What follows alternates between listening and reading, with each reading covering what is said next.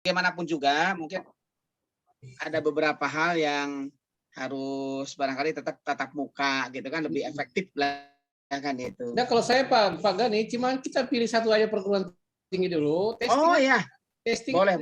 Gratis kan? Ya, untuk pilot project ya gitu ya, Prof ya. Testing aja dulu. Ya. Perguruan tinggi mana? 50 ya. aja dulu lah. Boleh. Sistemnya online kan, online aja. Ya, betul. Ini program apa ya, Prof, kalau boleh tahu, Prof? Wah, ini ketinggalan ini. Iya, barangkali enggak, bukan ketinggalan gini. Pak Gani sih Pak Gani nggak ngabarin. Ini nih, Bu Rektor UIT nih yang harusnya ngabarinnya. Bu Rektor UIT. Pak, ingat Pak. Aduh, apa ini gimana sih ya? Bu Rektor sama direktur rumah sakit gitu kan ya, gitu ya. Gak apa-apa Ibu, wah, itu kan doa saya. Karena saya tahu sejarahnya. Ibu yang berdarah-darahnya kan gitu kan, sehingga menempel terus di benak saya gitu. Ya, pahlawan yang dalam memori aja Bang. Biarlah itu terukir dalam sejarah. Betul. Gini Bu Sekjen. Ya. Jadi kami itu APTIS itu sudah kerjasama dengan salah satu penyelenggara penyelenggara sertifikasi yang sudah punya BNSP kan, serta ya internasional sudah mengakui lah. LSP Quantum. Maksudnya? Ya, bukan dia itu ya LSP yang ya betul BNSP dan juga siap sudahkan, dan dia betul-betul sudah sangat profesional lah. Ada Pertamina dan sebagainya juga sudah dilakukan. Nah, ceritanya ini tadinya kita akan menyelenggarakan, jujur aja tadinya kami mau di Jawa Barat dulu nih.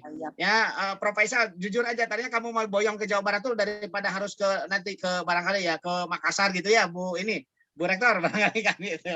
Nah, kami akan bawa dulu ke Jawa Barat. Cuman kemarin kami ini betul-betul lockdown gitu. Lockdown PPKM itu betul-betul kami itu sangat diawasi sekali oleh pemerintah daerah kan itu. Jadi ya akhirnya tertunda ya. Oke, Pak. Ini Prof Budi udah masuk. Sudah. Beliau sudah ini. Oh iya. Maaf. Nanti lah kita ngobrol lagi. Silakan Pak, biar kita mendengar nih. Mumpung Prof. Enggak lah. Maksudnya yang mau dibayang apanya nih Pak Gani? Iya, Pak, diperjelas dulu lah, Pak. Gini kemarin tuh alhamdulillah kami tuh didampingi oleh Prof Faisal yang sudah sangat meluangkan waktu lah. Jadi banyak hal skemanya banyak Bu, salah satunya adalah untuk melihat potensi mahasiswa kan gitu kan. Mau masuk jurusan nomor sampai 400. Udah lah, nanti aja saya malu jadi ya ininya nanti Prof Faisal aja yang neranginnya lah kan. Oke, ya terima kasih, saya nguping dulu aja ya. Monggo. Terima kasih. Monggo. Alhamdulillah.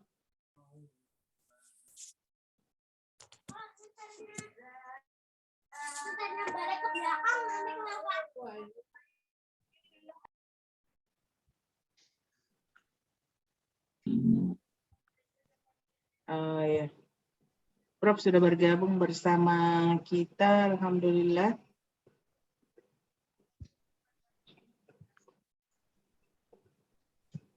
Assalamualaikum warahmatullahi wabarakatuh.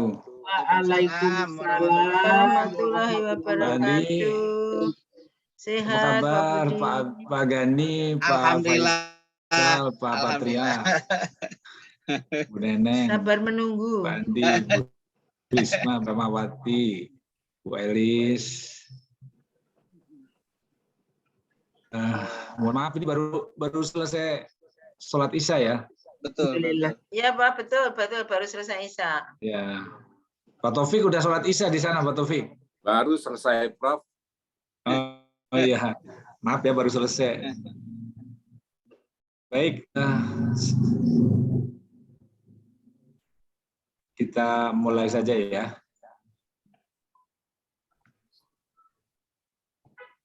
Apa ini? Halo.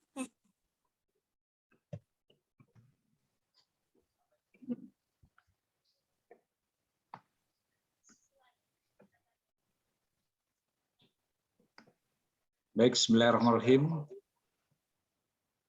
Alhamdulillah wa syukurillah wassalatu wassalamu rasulillah wa ala alihi wa sahbihi wa man wala la khala wa la quwata illa billahil aliyil azim. Asyhadu an la ilaha illallah wa asyhadu anna Muhammadar abduhu wa rasuluh.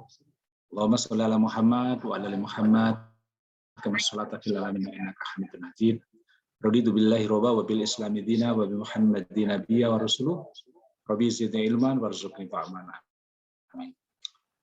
Marilah kita panjatkan puji serta syukur kehadirat Ilahi Robbi Allah Tuhan semesta alam, karena kudrat serta irodahnya pada kesempatan minggu malam ini kita bisa bersilaturahim. Salam dan selawat kita tunjukkan kepada Nabi Muhammad Sallallahu Alaihi Wasallam beserta keluarga, sahabat dan para pengikut. Bapak Ibu dan sahabat-sahabat sekalian, kita akan membahas tentang dunia bahagia akhirat surga. Ya, pilihan kita hanya satu, bahagia dunia akhirat, tapi di kajian Islam ini kita akan membahas 15 pilar dasar. Jadi nanti seri 1, 2, 3 sampai 15. Oleh karenanya seperti biasa bahwa kehadiran kita dan pertemuan kita hari ini adalah sebuah metode saja, tafakur ini sebuah metode saja untuk mendekatkan diri kita pada Allah melalui Al-Quran dan As-Sunnah dan mengaktifkan kolbu kita, sehingga kita tidak menyesal seperti para ahli neraka. Dan mereka berkata, sekiranya kami mendengarkan atau memikirkan peringatan itu, niscaya kami termasuk penghuni neraka yang menyala-nyala. Nah, sehingga kita akan coba lebih banyak mengaktifkan kolbu di 1,5 jam mendatang daripada otak kita, karena tujuan bertafakur adalah untuk meningkatkan kesadaran. Jadi banyakkan dari kita tidak memiliki kesadaran yang tinggi tentang Allah, tentang hari akhir, padahal kita sudah tahu secara keilmuannya. Oleh karenanya, tafakur mempunyai nilai yang sangat istimewa di sisi Allah Subhanahu wa Ta'ala, maka ada rumusnya, yaitu akal tanpa bimbingan Al-Quran tertipu dan Al-Quran tanpa akal lumpuh. Ulil albab, dan hanya orang yang berakal yang dapat mengambil pelajaran dari firman Allah. Mudah-mudahan kita termasuk orang yang berakal, sehingga kita termasuk orang yang dianugerahkan al-hikmah atau hikmah yang baik oleh Allah Subhanahu wa Ta'ala. Insya Allah diskusi kita tidak akan keluar dari Al-Quran dan As-Sunnah. Itulah yang dipesankan oleh Rasulullah SAW tentang kita berpegang kepada kedua pusaka, yaitu Kitabullah wa Sunnat Rasulullah. Sadari Bapak Ibu, selogis apapun argumentasinya, bila berlawanan dengan Al-Quran pasti salah. Dan tentu kita harus menjadi orang yang tidak boleh merugi. Ya, orang yang paling merugi adalah orang yang merasa benar padahal dia keliru. Nah, kita tidak, insya Allah tidak termasuk orang yang keliru dalam hal ini. Bapak Ibu, rahimakumullah, wa jalur jasa alina yakilun. Dan Allah menimpakan kemurkaan kepada orang yang tidak mempergunakan akal. Mudah-mudahan kita selalu menggunakan akal kita, dan kita tidak termasuk oleh orang yang merugi. Ya. Dan inna fi khalqis samawati wa ma fil ardi ikhtilafil laili wan nahari ayatil lil ulil albab. Sesungguhnya menciptakan dan silih bergantinya malam dan siang terdapat tanda bagi orang yang selalu bersandar pada Allah, alladzina yadhkuruna Allah, orientasinya pada Allah, duduknya pada Allah, berdirinya dan bersandarnya, berjalannya semua memikirkan tentang Allah Subhanahu wa Ta'ala. Oleh karenanya, insya Allah kita akan coba bahas lebih dalam tentang prinsip utama pilar dasar akan mewarnai kehidupan kita. Apakah kita boleh berguru pada binatang? Nah, ini pertanyaan pertama. Kira-kira boleh ya atau tidak ya berguru pada binatang? Silakan Bapak Ibu jawab. Bolehkah kita berguru sama binatang? Untuk beberapa hal kebaikan boleh saja. Boleh saja ya. Ya, untuk beberapa hal, kebaikannya ya. Kan itu. Boleh, oke, kita cek ya. Boleh nggak ya kita berguru pada binatang? Baik, setuju nggak? Kita boleh saja berguru pada siapapun, asalkan yang kita serap hanyalah ilmu-ilmu yang selaras dengan Al-Quran dan As-Sunnah. Ya, betul. Iya. Ya. Jadi kita jangan ikut gayanya binatang, ya. Misalnya ayam, atau binatang apapun, ya, anaknya sendiri, mohon maaf, ibunya sendiri, mohon maaf, ya dikawinin. Tentu kita tidak boleh semacam itu.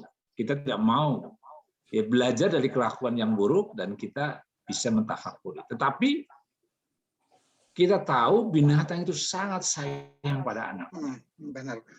Ya. Lihat misalnya Allah mengingatkan dalam surat An-Nahl, ya, dan sesungguhnya pada binatang ternak itu benar-benar terdapat pelajaran bagi kamu. Nah, jadi kita boleh belajar dari binatang. Benar. Kami memberimu minum dari apa yang berada dalam perutnya, berupa susu yang bersih antara tai dan darah bersatu tapi dia terpisah, yang mudah ditelan bagi orang-orang yang meminumnya. Jadi Allah akan ya labanna khalisna sibalil sari. Jadi yang mudah ditelan bagi orang-orang yang meminumnya. Di sini dikatakan wa innalakum fil an'amil lahiwa. Ya, sesungguhnya pada binatang ternak itu benar terdapat pelajaran bagi kamu. Jadi boleh kita belajar dari binatang. Ya. Ini kita belajar dari ikan laut. Ya. Apa sih yang kita bisa contoh, bisa pelajari dari ikan laut? Kita lihat ikan laut. Ya. Kenapa ikan laut walaupun hidup di lingkungan yang asin, yang mampu sama sekali tidak tercemar. Benar kan? Jadi ikan laut walaupun hidupnya di lingkungan yang asin, ya mampu sama sekali tidak tercemar dengan keasinan air tersebut. Ya. Maka selagi hayat di kandung badan, ikan laut pantang menjadi ikan asin. Ya. Jadi ikan laut nggak bisa jadi ikan asin, kecuali dikasih asin, ya, dikasih garam. Nah, artinya kita bisa bergaul dengan siapa saja, tapi kita tidak boleh ternodai dengan cara-cara buruk mereka. Tapi kita boleh mengikuti cara baiknya. Oke, setuju nggak Pak Bu? Seharusnya jiwaku hanya diwarnai oleh Al-Quran dan Al-Hadis. Namun kenyataannya, ya, banyak persepsi lingkungan ikut juga mewarnai jiwaku. Jadi manusia lahir itu dalam kondisi fitrah. Tapi lingkungan itu menjadikan manusia ya terpengaruhi oleh lingkungannya. Jiwanya terpengaruhi oleh lingkungannya. Sadari Pak Bu, ikan laut mampu menangkis pengaruh lingkungan karena ia memiliki perisai. Mestinya kita memiliki perisai. Tidak boleh ikut-ikutan seperti ya sesuatu yang tidak jelas. Maka setujukah Bapak Ibu, bila saja aku memiliki perisai seperti halnya ikan laut, niscaya persepsi lingkungan yang non-Qurani tidak bisa masuk ke dalam kolbu.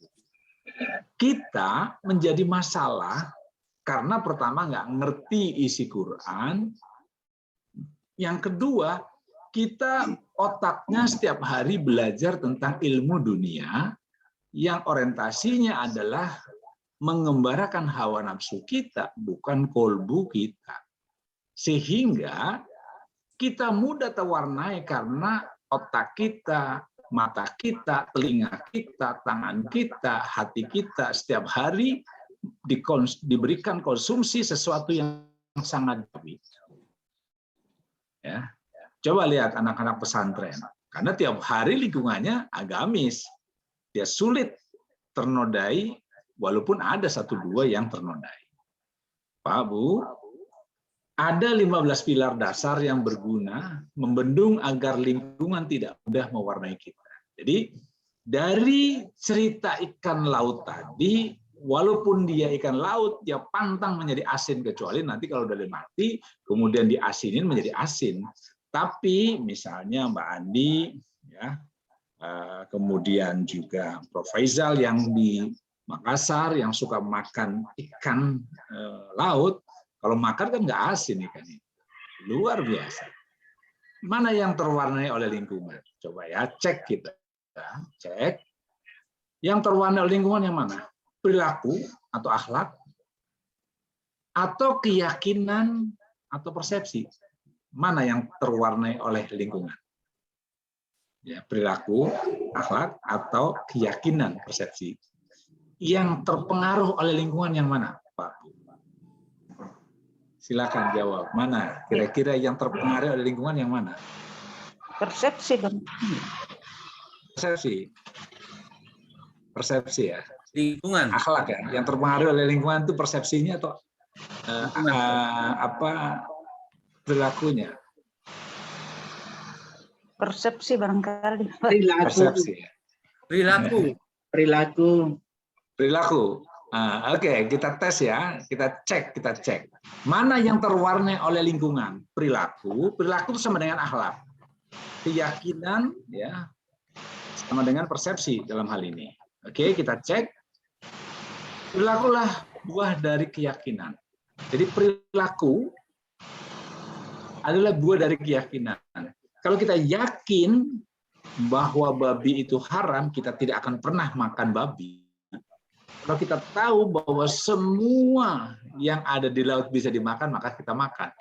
Itu namanya perilaku. Jadi perilaku hasil daripada keyakinan. Oke, sekarang bisa diketahui ya.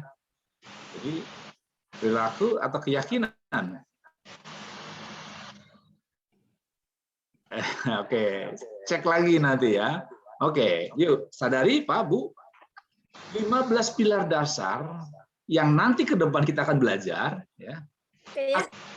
Akan bekerja otomatis menangkal masuknya persepsi lingkungan yang tidak Islami. Ingat, persepsi atau keyakinan. Jadi yang menjadi masalah buat kita adalah keyakinan, persepsi. Keyakinannya salah, persepsinya salah, perilakunya salah. Akhlaknya jadi salah. Oke, jadi nanti kita akan belajar tentang 15 pilar dasar ini. Hari ini kita akan belajar tentang konsep dunia bahagia akhirat surga. 15 pilar dasar tadi, hari ini kita akan belajar tujuan hanya satu, dunia bahagia akhirat surga. Yang kedua nanti minggu depan, tidak mikir bahaya. Maka tidak mikir bahaya. Ya. UUT, ujung-ujungnya taat. Ya. Jadi apapun latar belakang kita, pergaulan kita, dimanapun ada, yang penting kita taat pada Allah. Yang ketiga, yang keempat, Al-Quran satu-satunya acuan kebenaran. Banyak ilmu pengetahuan, banyak kita belajar, semakin kita pintar, semakin banyak acuan, semakin ngaco. Yang kelima, ujung-ujungnya membangkang sesat. Jadi semakin banyak ilmu pengetahuan, jika tidak diwarnai atau tidak bersandar pada Al-Quran, justru menjadi pembangkang. Yang keenam, kebenaran hakiki. Nanti kita akan belajar mana yang benar hakiki secara ilmu pengetahuan. Yang ketujuh, ukuran kehebatan manusia. Jadi manusia diukur dari kehebatannya. Mana? Yang kedelapan, dari zat yang maha suci tidak mungkin mengeluarkan ketetapan yang buruk. Yang kesembilan, Allah tidak pernah ingkar janji. Yang kesepuluh, konsepsi takdir. Nanti kita belajar apa itu takdir. Yang ke-11, makna musibah. Sehingga kita pada saat mendapatkan musibah, kita tenang-tenang saja. Karena kita tahu tentang musibah itu apa. Yang ke-12, setan. Bukan makhluk. Ya. Yang ke-13, akar dan buah. Kita tidak bisa memilih ayam dulu atau telur dulu. Maka bingung, akar dan buah, mana yang dulu. Tuntunan bukan tontonan. Dalam kita mendengarkan ilmu pengetahuan atau tausiah, tuntunan bukan tontonan, ya, bukan kelakar. Yang terakhir nanti dari seri ini, fikih sampai kiamat tidak akan bisa dipersatukan. Jadi Muhammadiyah, NU, Persis nggak bisa dipersatukan, ya, dan lain-lain. Tapi yang penting satu, kita ya taat pada aturan Allah Subhanahu wa taala. Bapak Ibu, ya kita review ya 15 pilar dasar Itu identik dengan perisai yang dimiliki oleh ikan laut yang tadi kita sudah bahas, sehingga menangkal masuknya persepsi-persepsi lingkungan yang tidak Qur'ani ke dalam kolbu kita. Nah, disinilah pentingnya kalbu kita untuk memahami ini semua. Jadi nanti kita akan belajar ini, kita akan diskusi tentang ini semua. Hari ini kita akan coba bagaimana menganggap persepsi. Mengapa persepsi lingkungan yang tidak Quran itu berbahaya? Ya, karena melahirkan sikap, melahirkan perilaku. Dari ya, persepsi akan menentukan sikap. Ya, jadi persepsi akan menentukan sikap, keyakinan akan menentukan sikap. Jadi pada saat otak kita mendapatkan persoalan, ya, kemudian diproses secara otomatis oleh persepsi yang ada di dalam kolbunya, diproses secara otomatis oleh persepsi yang ada di dalam kolbunya, keyakinan yang ada di dalam kolbunya, lahirlah sebuah sikap. Nah, sampai sini bisa paham ya, Bapak-Ibu? Lahirlah pahala dan dosa. Maka banyak orang, banyak para pendosa, karena isi keyakinan, isi persepsinya. Banyak orang yang mendapatkan pahala karena keyakinannya ilahiyah, persepsinya Qur'ani. Ya, otaknya, batinnya berisi tentang ajaran Allah dan Rasul-Nya. Persoalan yang datang pada diri kita akan dipersepsikan yang ada di dalam kolbunya yang Qur'ani, kemudian sikap selaras dengan Al-Quran, maka lahirlah sebuah pahala.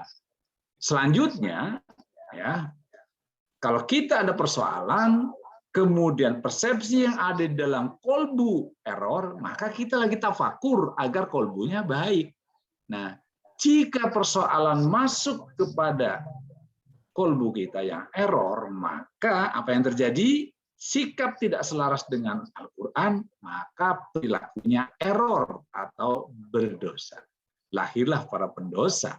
Bapak Ibu, contoh, digunjing, ya, digunjing oleh teman, digunjing oleh saudara, digunjing oleh sahabat. Oh, si Budi kelakuannya gini-gini pada saat digunjing. Apa? Marah? Tidak boleh. Quran mengatakan marah tidak boleh. Kemudian sabar. Jadi karena kita tahu digunjing teman, digunjing siapapun orangnya, kemudian kita tahu rumusnya dalam Al-Quran marah tidak boleh, maka lahirlah sabar. Digunjing teman, terus bagaimana? Marah boleh. Nah, ini keyakinannya. Marah boleh asal pada tempatnya.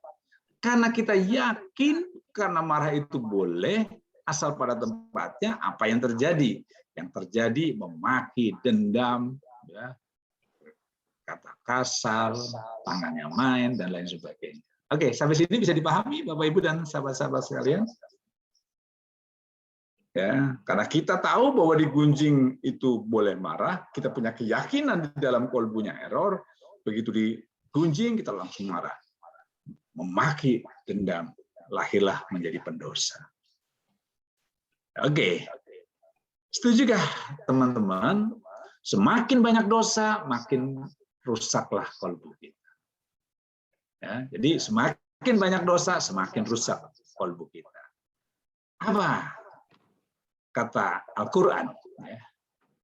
Kala balra'na 'alal qulubihim makan ya'sibun. Ya. Sekali-kali tidaklah demikian. Sebenarnya apa yang selalu mereka usahakan itu menutupi hati mereka.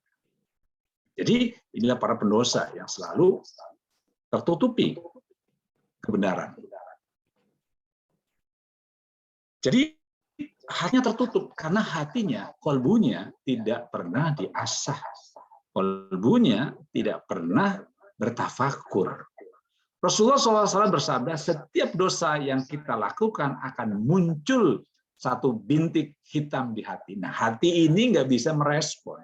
Semakin banyak dosanya, hatinya tertutup, tidak mampu merespon.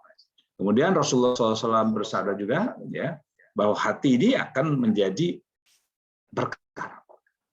Setuju Bapak Ibu? Semakin rusak kolbu, maka semakin sulit menerima pencerahan. Jadi Bapak Ibu sekalian, seorang yang pendosa itu kalau mendengarkan ayat lari, nggak mau dengar, malas. Ya. Tetapi kalau orang yang memiliki kolbu jernih dan baik, hanif ya dalam bahasa Qur'annya, dia senang mendengarkan lantunan ayat suci Al-Quran, dia senang mendengarkan tausiah, dia senang tentang pensucian jiwa. Maka Rasulullah SAW berkata, ya, janganlah engkau melihat kepada kecilnya dosa, tetapi lihatlah terhadap siapa engkau bermaksiat. Ya, yang zurman asyid. Ya, jadi pada siapa kita bermaksiat? Sadari Pak Bu, bila kolbu tidak menerima pencerahan, bagaimana mungkin taat pada Allah dan Rasulnya? Jadi nggak mungkin orang yang nggak pernah ngaji, orang nggak pernah dengar tausiah, orang nggak pernah buka Quran, orang yang nggak pernah buka tentang ilmu-ilmu Allah dan Rasulnya, kemudian taat, nggak mungkin. Nggak mungkin. Ya. Dalam surat Asyam, Allah mengatakan qad aflaha man zakah. Sesungguhnya beruntunglah siapa yang mensucikan jiwanya, yang kolbunya selalu bertafakur, mensucikan jiwanya, kolbunya selalu hanif kepada Al-Quran dan As-Sunnah, ya, mendengarkan tentang tausiah kebaikan-kebaikan yang diajarkan oleh Allah dan Rasulnya. Ya, waqad haba man tasyah, sesungguhnya merugilah siapa yang memendamnya, hatinya dipendam, telinganya, ya, kolbunya dipendam untuk tidak mau mendengarkan tausiah, mendengarkan tentang kebaikan, belajar tentang Al-Quran dan As-Sunnah. Nanti 15 pilar yang kita akan pelajari, ya, akan menjadikan perisai kita lebih kuat. Hari ini kita akan belajar memahami tentang tujuannya hanya satu hidup kita. Hanya satu tujuan hidup kita, dunia bahagia, akhirat sejahtera. Hanya satu tujuan kita di dunia, setiap menghadapi apapun kita harus bahagia. Agar kita mendapatkan falah, tempat tertinggi, yaitu surga. Jadi, setiap kegiatan harus selalu dimulai daripada tujuan. Kalau kita tidak memiliki tujuan, seperti layang-layang putus, tidak jelas. Oleh karenanya, Bapak Ibu dan hadirin rahimakumullah, kita harus introspeksi bahwa apakah kita sudah menentukan tujuan yang ingin diraih di dalam dunia ini. Jangan-jangan kita nggak tahu tujuan kita. Arahnya gimana? Ya. Rugi. Kalau kita tidak punya tujuan, rugi. Apa yang kita lakukan nggak jelas. Oleh karenanya, apa akibatnya bila hidup tanpa tujuan? Tentu ada akibatnya. Ya. Apa akibatnya bila kita tidak mempunyai tujuan yang jelas? Pertama, gerak hidup menjadi sama sekali tanpa arah. Ya. Kemudian, ia ibarat layang-layang putus, nggak jelas kemana dia akan turun. Kemudian umur terbuang sia-sia, ya, seperti kisah penyelam mutiara. Ya, turun ke bawah mau cari mutiara, tiba-tiba di bawah laut indah sekali pemandangannya, banyak ikan, terumbu karang dan lain sebagainya. Akhirnya dia lupa mau ngambil karang, akhirnya oksigen udah habis, dia baru tersadar sia-sia. Ya. Tidak pernah bisa mengevaluasi diri, saya hari ini mengapa dan bagaimana. Padahal tanpa evaluasi tidak akan ada kemajuan, bahkan bisa mundur. Rasulullah SAW bersabda, ya, perbuatan kita hari ini ya, harus lebih baik kemarin. Ya. Perbuatan kita ke depan ya, harus juga lebih baik daripada hari ini. Mestinya begitu. Sebuah renungan bagaimana Arnold Schwarzenegger menentukan tujuan hidup, tapi dia tujuan hidup di dunia saja, tidak sampai ke akhirat. Mohon maaf Bapak sekalian, minta waktu 2,5 menit kita dengar apa kata Arnold. I'm this bodybuilding champion just like him. And with the age of 20, I went to London and I won the Mr. Universe contest as the youngest Mr. Universe ever. And it was because I had a goal. I was so relieved. Because when you have a goal, when you have a vision, everything becomes easy. You see, if you don't have a vision of where you go, and if you don't have a goal where you go, you drift around and you never end up anywhere. It's like you can have the best ship in the world, you can have the best airplane in the world. If the pilot or the captain doesn't know where to go, it would just drift around. It will not end up anywhere, or most likely in the wrong place. The majority of people don't like what they're doing, because they're really not doing it because they didn't have a goal and they followed this goal. They just aimlessly drift around, and then all of a sudden there's a job opening, so they get that job because you have to work. But then when you work, it's a chore. It's work. It's not fun. So people always ask me, they say, why is it that you're working out so hard? 5 hours a day, 6 hours a day, and you have always a smile on your face. The others are working out just as hard as you do, and they look sour in the face. Why is that? And I told people all the time, I said, because to me, I'm shooting for a goal. In front of me is the Mr. Universe title. So every rep that I do gets me closer to accomplishing that goal, to make this goal, this vision turn into reality. Every single... Ya, jadi kita lihat tadi Arnold katakan ya, jadi kalau kita tidak punya visi, ya, kita seperti layang-layang putus, nggak jelas. Ya. Visi tanpa aksi juga tidak menjadi masalah, tidak menjadi sesuatu. Nah, tetapi ya jangan terkejut. Hari ini kalau Bapak, Ibu, teman-teman buka Google, Arnold hanya visinya agar ketenarannya dia, ya, untuk dunia saja. Maka apa yang terjadi? Hari ini diputuskan Arnold itu cerai dengan istrinya karena apa? Mohon maaf, ya. Selama sekian tahun dia, mohon maaf, ya menggauli ya pembantu rumah tangganya sampai punya anak. Nah, akhirnya istrinya tahu. Artinya tujuannya nggak jelas, tujuannya cuma dunia saja, akhiratnya nggak jelas. Perilaku kehidupannya, warnanya, kolbunya tidak jelas. Oke, apa yang kita harus tafakari? Perlukah kita menyadari apa tujuan hidup kita sebenarnya di dunia ini? Perlu. Jadi dunia itu harus sampai bahagia, ya, agar kita mendapatkan falah. Jadi perlukah kita menyadari apa tujuan hidup kita sebenarnya di dunia? Perlu. Atau sangat perlu sekali. Jadi kalau kita tidak memiliki tujuan, tidak jelas. Ya. Setujukah Bapak Ibu sekalian? Seorang yang tidak menyadari untuk apa tujuan hidupnya, maka pasti dia akan melangkah ke arah yang keliru, ke arah yang salah. Ya. Sadari, bila kita memasuki dunia spiritual, maka modal utamanya adalah menyadari apa yang sebenarnya ingin kita raih dari kehidupan di dunia. Jadi kita ingin raih, sementara Arnold berhasil dalam mencapai, dia pengen seperti Pak, menjadi binaragawan, sukses, masuk Amerika sampai jadi gubernur, bintang film sukses dan lain sebagainya. Tapi kehidupan rumah tangganya mangkrak dan lain sebagainya. Karena hanya mencapai kehidupan di dunia saja. Tanpa memiliki modal ini tidak akan pernah bisa maju. Langkah kita stagnan. Ya, dalam surat Al-Kanbut 64 Allah Subhanahu wa taala mengatakan kehidupan di dunia ini hanyalah sendaga dan permainan belaka. Karenanya jangan sampai kalian ditipu oleh kehidupan di dunia.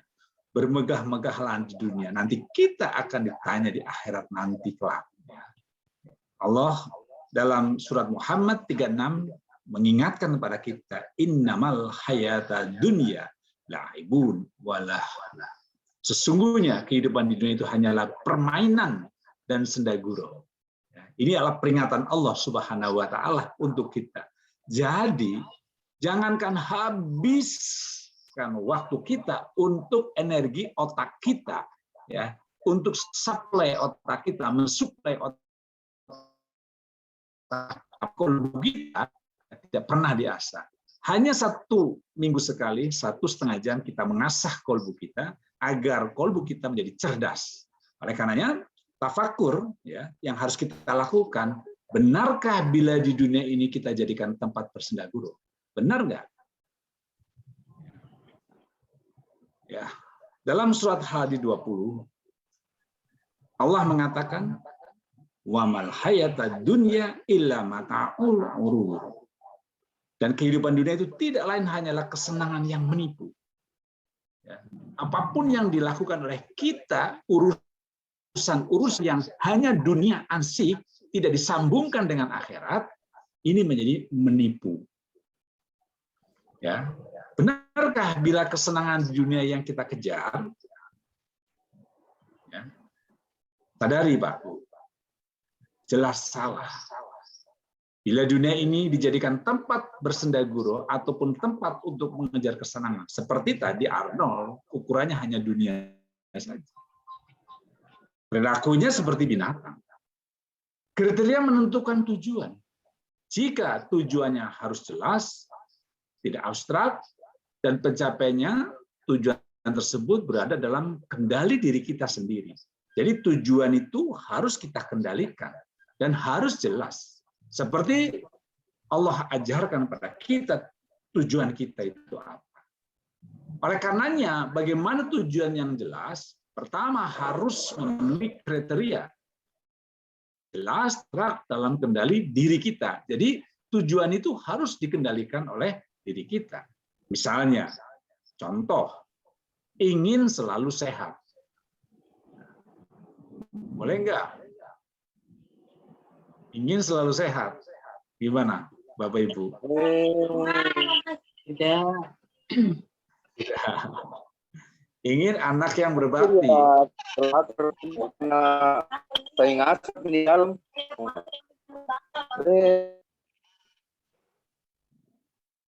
Yang ketiga, ingin mempunyai karir yang tinggi.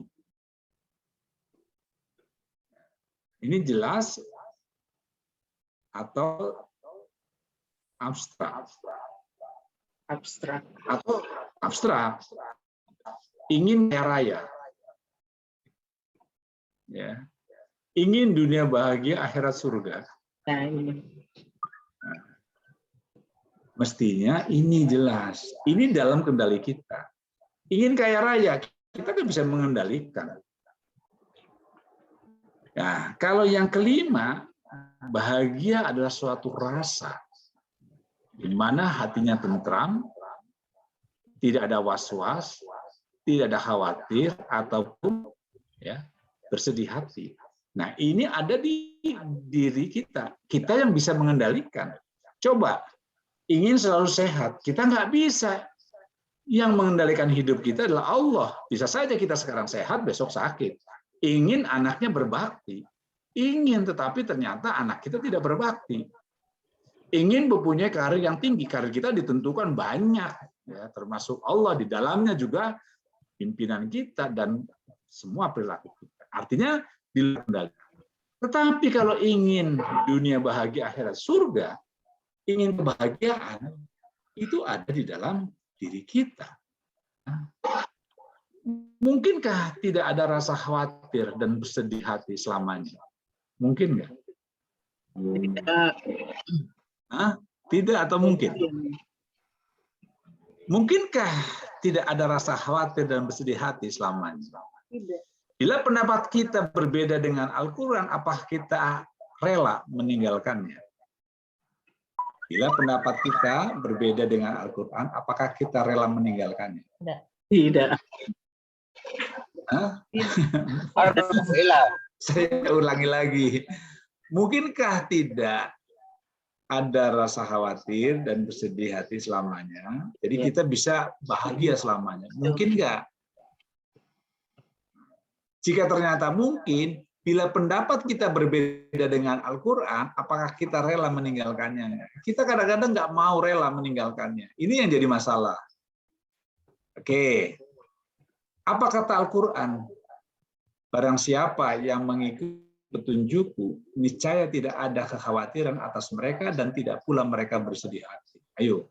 Jadi selamanya manusia bisa nggak bahagia? Bisa. Bisa. Itu kata Al-Quran. Iya. Tapi kenyataannya kita kan suka sedih terus gitu. Manusiawi. Nah, kalau bukan manusiawi, itu ada sesuatu yang dilanggar. Kalau manusiawi itu ngantuk, lapar, itu manusiawi. Tapi kalau ajaran Allah dan Rasul-Nya dilanggar, itu bukan manusiawi, tetapi ada yang dilanggar. Oke, pertanyaannya. Barang siapa yang mengikuti petunjukku, mengikuti Al-Quran dan As-Sunnah, niscaya tidak ada khawatir atas mereka dan tidak pula mereka berduka cita, bersedih hati. Ya. Ini kalimatnya kan bisa diganti. Barang siapa yang tidak mengikuti petunjukku, ya niscaya mereka pasti bersedih hati, kan gitu. Nah, ini fala khaufun alaihim walahum yahzanun. Ya, Al-Baqarah 38. Ya. Jadi barang siapa taat pada Allah dan Rasul-Nya, niscaya Allah memasukkannya ke dalam surga. Jadi yang harus kita paham, keinginan manusia yang paling utama adalah dunia bahagia, akhirat surga. Ini mestinya mendapatkan sesuatu yang tidak nyaman, tetap bahagia. Tidak bahagia itu apa? Menerima, itu namanya bahagia. Hari ini mestinya kita dapat rezeki sekian, ternyata tidak. Ya terima, tenang saja, santai saja. Mestinya hari ini saya dilantik menjadi dekan, ternyata tidak, santai saja. Oke, bagaimana menurut Al-Quran? Robbana atina fid dunya hasanah wa fil akhirati hasanah wa qina adzabannar. Ya Allah, bahagiakan kami di dunia dan di akhirat. Jadi inilah doa yang menjadi petunjuk jalan kehidupan. Jadi manusia mestinya tujuannya itu memiliki kemampuan membahagiakan dirinya atau bahagia dunia akhirat. Ini Al-Baqarah 201. Jadi ini yang menjadi isu kita mestinya. Ya Tuhan kami, berilah kami kebaikan di dunia dan kebaikan di akhirat, dan peliharalah kami dari siksa. Robbana atina fid dunya hasanah wa fil akhirati hasanah wa qina adzabannar. Jadi strategi untuk mencapai dunia bahagia akhirat surga, ya, apakah untuk mencapai suatu tujuan perlu strateginya? Perlu. Jadi kalau kita tidak memiliki strategi, maka tidak jelas apa yang harus kita lakukan. Setuju nggak Bapak Ibu sekalian? Walaupun tujuan sudah jelas dan yakin itu adalah suatu keharusan, namun bila strateginya salah, maka tetap saja tujuan tersebut tidak dapat dicapai. Kita tidak bisa melangkah sesuai dengan tujuan yang kita harapkan. Jadi tujuan kita itu kan DBHS. Nah, DBHS bisa tercapai kalau kita bersandar pada Al-Quran. Dalikal kitabul arfafihud dalil mutakin. Sandarannya Al-Quran sebagai petunjuk jalan bagi orang-orang yakin. Namun Al-Quran itu untuk apa? Untuk melahirkan sebuah ketaatan. Taat, ya, mengikuti aturannya Allah dan Rasul-Nya melalui Al-Quran. Maka dunia kita bahagia akhirat surga. Tapi taat itu sulit. Karena apa? Karena ada setan. Setan itu yang menghembuskan nafsu buruk. Oleh karenanya, kita harus memasukkan nafsu buruk kepada keyakinan ilahiyah. Ya, dengan cara apa? Bertafakur. Jadi, bertafakur kita hari ini melahirkan keyakinan ilahiyah, maka setan akan hilang. Lahirlah sebuah ketaatan. Taat itu harus bersandar pada Al-Quran dan As-Sunnah, maka hidup kita bahagia. Dunia bahagia, akhiratnya surga. Bapak Ibu, bagaimanakah menurut pandangan Bapak Ibu sekalian? Ya, apakah orang yang ingin meraih dunia bahagia akhirat surga, ia taat beribadah? Apakah orang yang ingin meraih dunia bahagia akhirat surga, ia mencari ridha Allah? Apakah orang yang ingin meraih dunia bahagia akhirat surga, ia bersyukur? Nah, ini jawabannya. Sadari, untuk mencapai dunia bahagia akhirat surga, ya harus bersyukur atas apa yang Allah berikan kemarin, hari ini, yang akan datang. Harus tetap beribadah, mengikuti perintah dan larangannya Allah, harus mengikuti ridhonya Allah, dan lain-lain. Tentang kepihakan kita pada Al-Quran dan As-Sunnah. Benarkah dunia bahagia akhirat surga yang ingin diraih? Kita bisa mengetahuinya. Apa yang terjadi bila bahagia akhirat surga atau DBAS tidak aku sadari sebagai satu-satunya tujuan? Ya. Apa yang terjadi?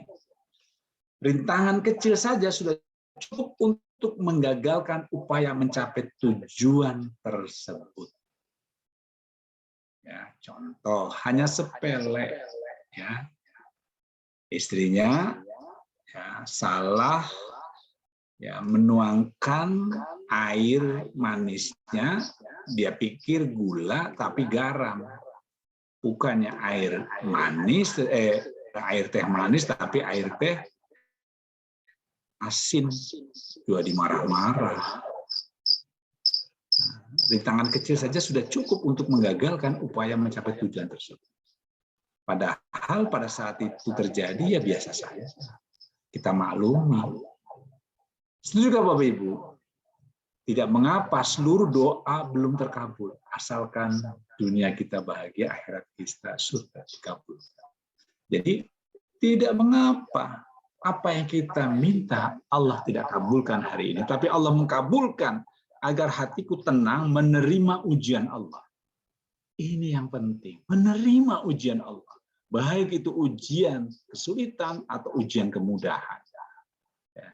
Jadi rezeki kita itu juga ujian, anak kita ujian, keberhasilan kita itu ujian juga.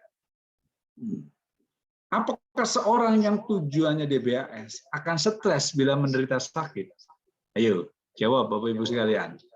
Apakah seorang yang tujuannya dunia bahagia akhirat surga akan stres bila menderita sakit? Tidak. Tidak mestinya. Bila iya, sebenarnya tujuannya dia bukanlah DBAS, kan kesembuhan. Jadi tujuannya kesembuhan. Oke. Apakah seorang yang tujuannya DBAS akan stres bila anaknya tidak berbakti? Tidak. Tidak, biasa-biasa saja. Ini kan ujian anak kita. Keinginan kita untuk menjadi menteri, untuk menjadi dirjen, untuk menjadi direktur tidak berhasil. Terus stres? Enggak usah. Bila iya, tujuannya bukanlah dunia bahagia akhirat surga, melainkan ingin punya anak yang membahagiakan orang tua. Itu tujuannya. Jadi kembali, suaminya nggak beres, istrinya nggak beres, tetangganya nggak beres, tetap bahagia. Menerima itu semua. Itu yang disebut dengan bahagia. Apakah seorang yang tujuannya DBAS akan stres bila usahanya jatuh? Bila iya, sebenarnya tujuan dia bukanlah DBAS, melainkan kekayaan. Apakah seorang yang tujuan DBAS akan stres bila merugikan hak orang lain? Ayo, stres bila merugikan orang lain. Bila iya, tujuannya sudah mantap. Aduh, stres dia. Kenapa? Waduh, saya berdosa. Ah, boleh. Paham? Ya. Jadi dia gundah gulana kalau tidak berbakti pada Allah dan Rasul-Nya. Ya. Apakah seorang yang tujuannya DBAS akan stres bila kelepasan bergunjing? Apakah seorang yang tujuannya DBAS akan stres bila kelepasan bergunjing? Iya. Ya. Sudah mantap tujuannya benar. Ngomongin orang lupa gitu. Waduh, maaf ya Allah, maaf gitu. Istighfar terus. Apakah orang yang tujuannya DBAS akan pernah pensiun bertafakur? Tidak. Nah, Tidak. ya, ini indikator bahwa sebenarnya bukan DBAS yang menjadi tujuan utamanya. Jadi kita nggak boleh tinggalkan tafakur, bukan ikut ngaji sama saya ini, tidak, bertafakur terus terhadap Al-Quran dan Sunnah. Sadari Pak Bu, fokus pada tujuan DBAS, serta konsisten dalam bertafakur, ibarat batu besar yang berlubang karena ditetesi air terus-menerus di tempat yang sama.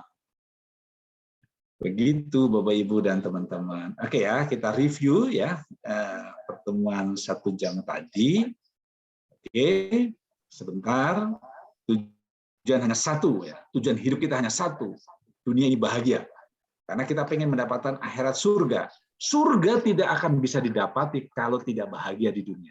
Ingat, surga tidak akan didapati oleh kita kalau di dunia kita tidak bahagia. Apa makna bahagia? Menerima kudrat iradah Allah. Kemarin, hari ini yang akan datang. Apapun yang Allah berikan kita terima. Mengikuti aturan mainnya Allah. Sadari Pak, nanti kita akan belajar tentang 15 pilar dasar. Ya. Bila sudah diyakini akan bekerja otomatis. Menangkal masuknya persepsi-persepsi, keyakinan-keyakinan lingkungan yang tidak islami. Ini yang bahaya itu, persepsi yang tidak islami. Ya, sadari Pak Bu, seorang yang tidak memiliki keyakinan yang kuat akan tujuan hidup di dunia, pasti akan tertidur. Terbangun setelah dia meninggal. Sadari, tujuan yang ingin kita raih adalah DBAS. Dunia bahagia, akhirat surga, dan strategi utama adalah bertafakur terhadap ayat-ayat Allah, baik ayat kauniyah maupun ayat kauliyah, baik ayat yang tertulis maupun tidak tertulis, petir gunung, laut, binatang, kelakuan manusia, kita tafakuri. Baik, Mbak Andi, Bapak Ibu, sahabat-sahabat sekalian, sampai sini mudah-mudahan kita bisa memaknai ya konsep dunia bahagia akhirat surga dan kita bisa berdiskusi. Assalamualaikum warahmatullahi wabarakatuh. Waalaikumsalam warahmatullahi wabarakatuh. Terima kasih banyak Prof atas ceramahnya pada hari ini. Baik Bapak Ibu, barangkali ada yang ingin mensara atau menambahkan, disilahkan dengan hormat. Namun sambil menunggu, ini ada pertanyaan di kolom chat yang ingin saya bacakan dulu. Yang pertama dari Pak Endang. Ya. Pertanyaannya, Assalamualaikum warahmatullahi wabarakatuh. Izin bertanya, Prof. Apakah hukum menerima hadiah seperti hadiah ulang tahun, peringatan kematian seseorang, atau tahlilan, hadiah-hadiah khusus seperti Hari Ibu, peringatan Natal, dan Tahun Baru? Padahal saya tidak mengikuti acara seperti itu. Syukron, Prof, atas jawabannya. Silakan, Prof. Ya, intinya begini, Rasulullah itu mengajarkan tentang pemberian hadiah. Ya, hadiah apapun itu diajarkan. Pemberian-pemberian yang baik itu diajarkan. Ya, tetapi misalnya mereka lagi Natalan terus ngasih kita. Ya, kita kan tidak minta, tidak apa ya, kita terima saja sebagai kebaikan. Ya. Tetapi bukan mengucapkan. Kalau mengucapkan itu maknanya adalah kita meyakini tentang Yesus itu lahir pada hari itu. Kita percaya bahwa Yesus itu adalah Tuhan. Nah, jadi kalau mereka memberi hadiah kita, ya kita terima, tidak ada masalah. Oke Mbak, silakan yang lain. Terima kasih banyak Prof atas jawabannya. Ini baru satu pertanyaan yang ada di kolom chat. Namun mungkin ada yang ingin, dan barangkali dari saya Prof yang pertanyaan. Kalau misalnya tadi dengan apa yang sudah dijelaskan itu, Prof, sepertinya memang ya seharusnya seperti itu, Prof. Tapi bagaimana caranya ini menata hati, Prof, supaya apa yang disampaikan tadi itu meresap masuk ke dalam kalbu. Karena tadi saya menjawab manusiawi, artinya terkadang kalau kita mendengar sesuatu, hati ini tak begitu, Prof. Bagaimana ini agar hati ini bisa kebal ini, Prof? Jadi gini, Mbak Andi, ya tolong jawab. Ya. Log A pangkat B ya kali cos B. Pasti susah kan? Ya. Kalau saya tahu A cos B. Jawabannya. Jadi otak kita menjadi pinter itu kalau terlatih. Kita hari-hari itu diajarin otak kita jadi cerdas, kolbunya nggak terlatih. Menghadapi masalah langsung gubrak. Jadi intinya adalah kita melatih kolbu kita, otak kita ya menjadi hebat. Kenapa? Karena kita latih setiap hari. Kita boleh berhubungan baik, misalnya keyakinan kita. Kalau kita yakini mengucapkan Natal itu boleh, ya itu menjadi kufar. Tetapi hubungan kita dengan sahabat kita yang Nasrani, yang Buddha, nggak boleh. Kita hubungannya harus baik. Itu sahabat kita, itu teman kita. Kita tidak boleh mengenyahkan agama mereka. Tapi lakum dinukum waliyadin. Bagimu agamamu, bagiku agamaku. Ya, tentang keyakinan yuk kita pisahkan, tetapi tentang muamalah ya kita bareng-bareng, nggak masalah. Gitu Bapak Ibu sekalian. Ini jadi ternyata harus latihan ini, Prof. Harus latihan. Nanti 15 ini kan kita baru satu. Dari 15 itu baru satu. Nanti kita akan belajar satu demi satu apa yang kita harus lakukan. Jadi hari ini kita baru bicara tentang dunia bahagia akhirat surga. Jadi sahabat, teman-teman sekalian, seri ini ada 15. Seri nanti yang kedua tidak mikir bahaya. Kenapa kita suka melakukan tindakan buruk? Karena tidak mikir. Wa qalu lakuna nasmun fi asabi syair. Jadi kalau tidak mikir itu bahaya. Ya, mereka menyesal, para penghuni neraka itu menyesal dulu ya. Mereka menyesali dulu. Saya melakukan tindakan yang salah, kata mereka. Kenapa? Ya tadi dalam surat Al-Mulk 10 wa qalu lakunna nasma'u aw naqilu ma kunna fi asyabi syair. Dan mereka berkata ya, sekiranya kami dulu mendengarkan atau memikirkan peringatan Allah yaitu Al-Qur'an dan As-Sunnah, niscaya tidak akan termasuk penghuni neraka yang menyalahkan.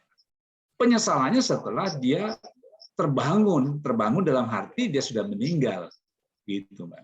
Ya, terima kasih banyak, Prof. Pertanyaan selanjutnya dari Ibu Mastini Masud, Prof. Izin bertanya, Prof. Untuk meraih DBAS, bila ada yang berbuat jelek terhadap kita, kita biarkan saja ya, Prof. Ya, kita biarkan saja.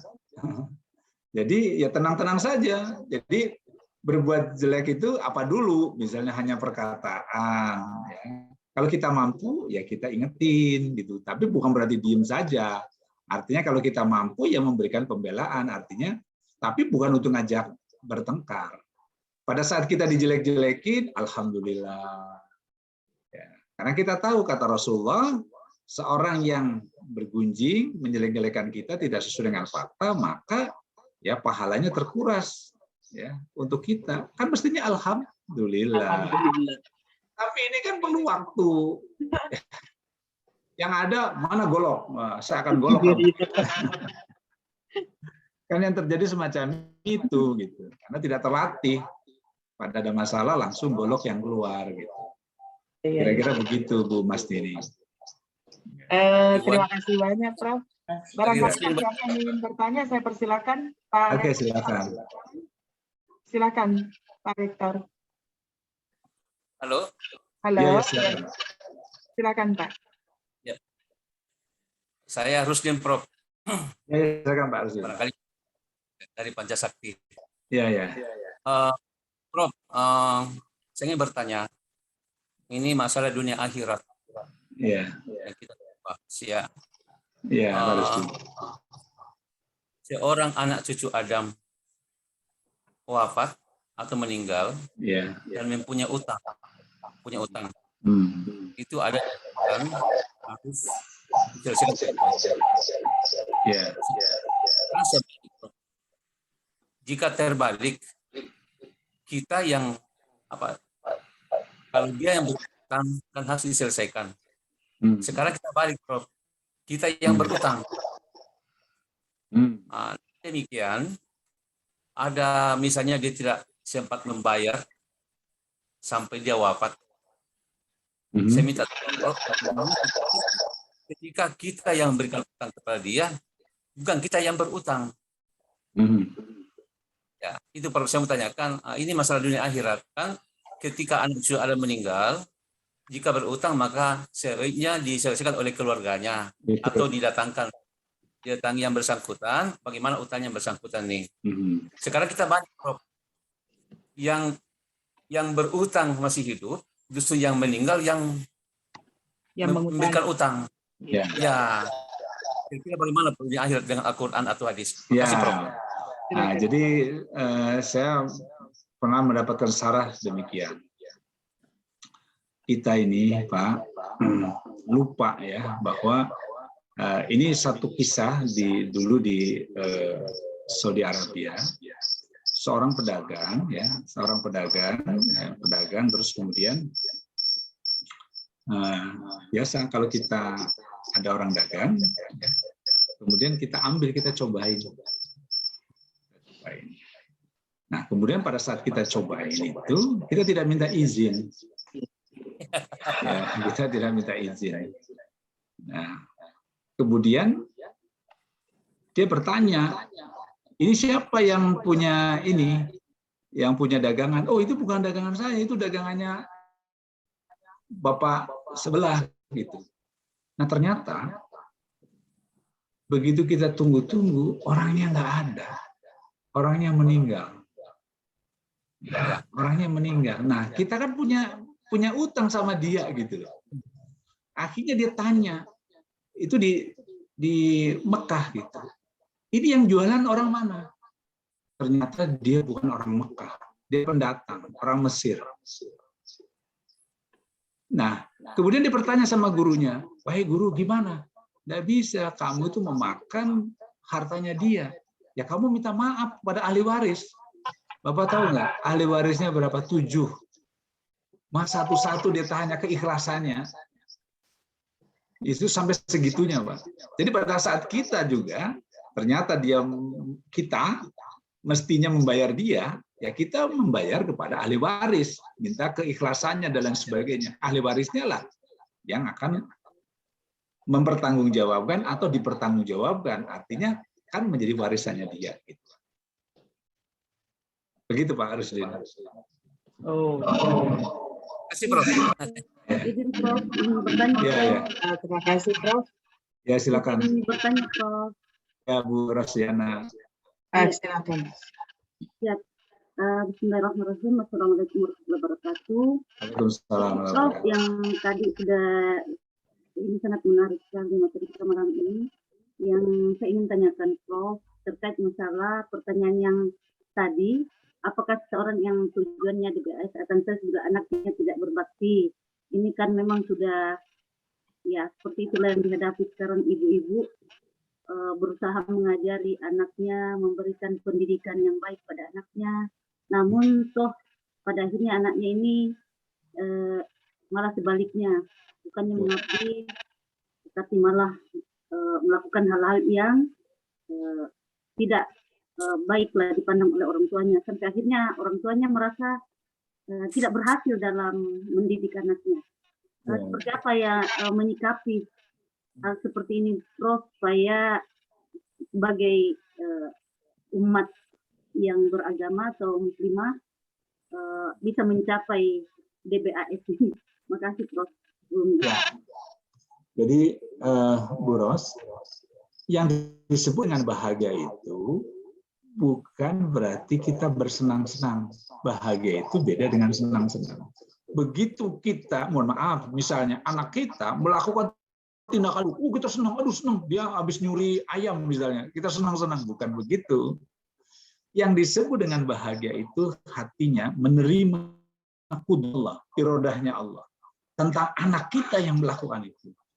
Nah, pada saat kita menerima, pada saat anak kita melakukan tindakan buruk, bukannya kita maki-maki kepada orang lain. Bukan, anak kita nggak nakal, nggak nyuri ayam. Malah kita sebaliknya jadi marah-marah. Kita ikhlas, Allah ya Tuhan kami. Saya menerima aku anak saya. Saya mohon ampun ya Allah. Semoga anak kami ini diberikan jalan keluar menjadi kebajikan dan sebagainya. Terus kita berdoa sambil ikhtiar. Yang namanya bahagia itu menerima kudrat irodah dan berikhtiar. Nah, itu bahagia. Ikhtiarnya apa? Ke langit. Menggantungkan segala sesuatunya pada Allah, kakinya melangkah untuk melakukan ikhtiar. Mengajari anak kita untuk benar, membawa kepada dia ke pesantren, ngajarin dia tentang ngaji, itu namanya bahagia. Ikhtiar terhadap semua kudrat irodanya Allah, itu disebut dengan bahagia. Begitu, Bu Ros. Intinya, Prof, tidak usah stres ya. Betul. Berusaha saja terus, ikhtiar saja terus. Tenang saja menghadapi apa, tenang saja. Iya, iya. Begitu. Ya. Terima kasih banyak, Prof. Ini ada pertanyaan lagi di kolom chat dari Pak Endang. Assalamualaikum. Izin bertanya satu lagi, Prof. Apa syaratnya janji itu dikatakan nazar seperti janji dalam hati? Misalnya, kalau saya lulus cerdas, maka saya akan potong kambing dan sebagainya. Apakah itu sudah termasuk nazarkah atau wajib dilakukankah? Kalau misalnya tidak dilakukan karena kondisi tidak memungkinkan, apakah kita berdosa? Syukron, Prof. Ya, ini nazar itu hukumnya wajib. Ya. Nazar itu wajib. Nazar untuk kebaikan itu wajib, tapi nazar keburukan itu tidak boleh dilakukan. Kalau saya serdos, ya, saya akan bakar rumah. Nah, itu keburukan. Tapi kalau janji itu wajib ya memenuhi. Nah, terus kemudian jangan nazar kepada kewajiban. Beda dengan kewajiban.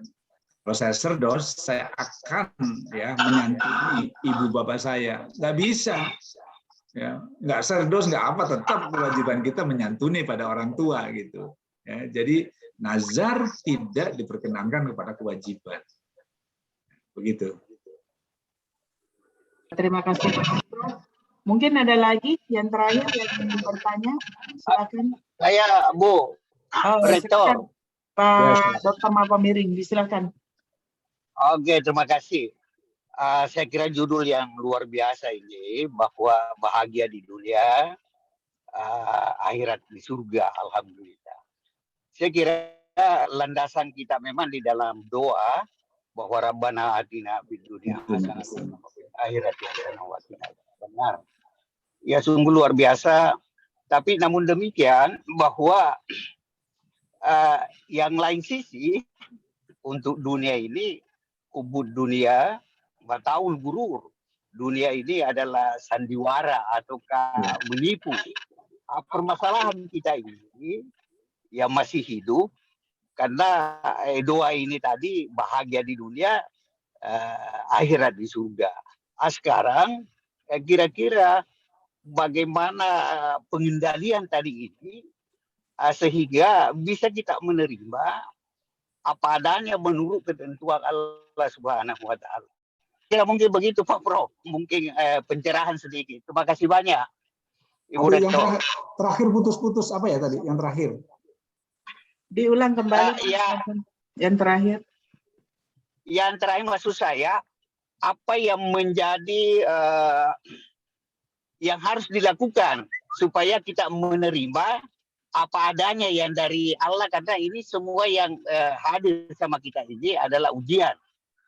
Saya kira begitu Pak Prof. Maaf ini di jalan, dalam perjalanan juga saya ini. Oke. Silakan, Prof. Ya, terima kasih. Ya, makasih Pak Mapaleng. Jadi bagaimana agar kita bisa menerima tentang keputusan Allah? Ya, kita harus menyadari konsep yang dulu pertemuan ke berapa ya? Ke-8 kita pernah 8. Ya, itu kita bicara tentang bagaimana menerima kita sebagai makhluk Allah. Pada saat kita sudah menerima konsep ilah, Allah hanya ada ilah-ilah, tidak ada ilah-ilah lain kecuali Allah. Asyhadu alla ilaha illallah wa asyhadu anna Muhammadan abduhu wa rasuluh. Jadi tidak ada Tuhan selain Allah. Artinya tidak ada satu pengendalian hidup ini kecuali Allah. Maka kita harus menerima apapun keputusannya Allah. Allah adalah dalang, Allah adalah sutradara, kita adalah wayang. kita adalah pemainnya. Pemainnya harus mengikuti Allah. Nah, kenapa orang sulit menerima kudrat irodanya? Karena dia melawan, ada hawa nafsu. Karena diwarnai oleh pengetahuan di luar Al-Quran dan As-Sunnah. Oleh karenanya, bagaimana caranya agar kita menerima kudrat irodanya Allah, kita menyadari bahwa kita itu adalah wayang. Yang kita harus ikuti si dalang. Dalangnya pengen begitu, begini, ya kita terima. Setiap ikhtiar pemahaman kita harus satu. Setiap yang kita lakukan atas doa dan ikhtiar kita pengennya sesuatu. Mungkin bagi Allah itu tidak baik. Bagi kita mungkin menurut kita baik. Ya. Maka Allah akan memutuskan yang terbaik buat manusia, buat kita. Begitu, Pak. Kalau kita menyadari, kita akan mudah. Terima kasih banyak Prof atas jawabannya. Mungkin itu yang terakhir Prof. Selanjutnya doa penutup. Oke, sudah ya? Ya, Prof. Ya, terima kasih Prof. Oke, sama-sama. Ya, nggak ada lagi pertanyaannya, Mbak. Baik, Bapak Ibu, teman-teman. Ada terakhir ini ternyata. Oh, ada ya. Gimana? Bisa satu lagi Prof ya? Ya. Ya, sebelum ditutup. Ini Ya, dari kembali Bu Mastini, apa perbedaan zikir dan berdoa, Prof? Oh ya, saya kira zikir sama doa itu saja sama. Kan zikir itu mengingat ya, mengingat Allah. Tapi sedangkan doa berarti meminta. Jadi kalau zikir itu mengingat Allah, zikir itu meminta tentang sesuatu yang apa yang kita inginkan. Ya. Tetapi di antara zikir dan doa terdapat kaitannya yang sangat erat. Ya. Setiap zikir itu ya mengingat Allah juga meminta juga diperbolehkan. Jadi antara zikir dan doa itu ada sebuah kaitannya. Jadi zikir itu juga doa, ya.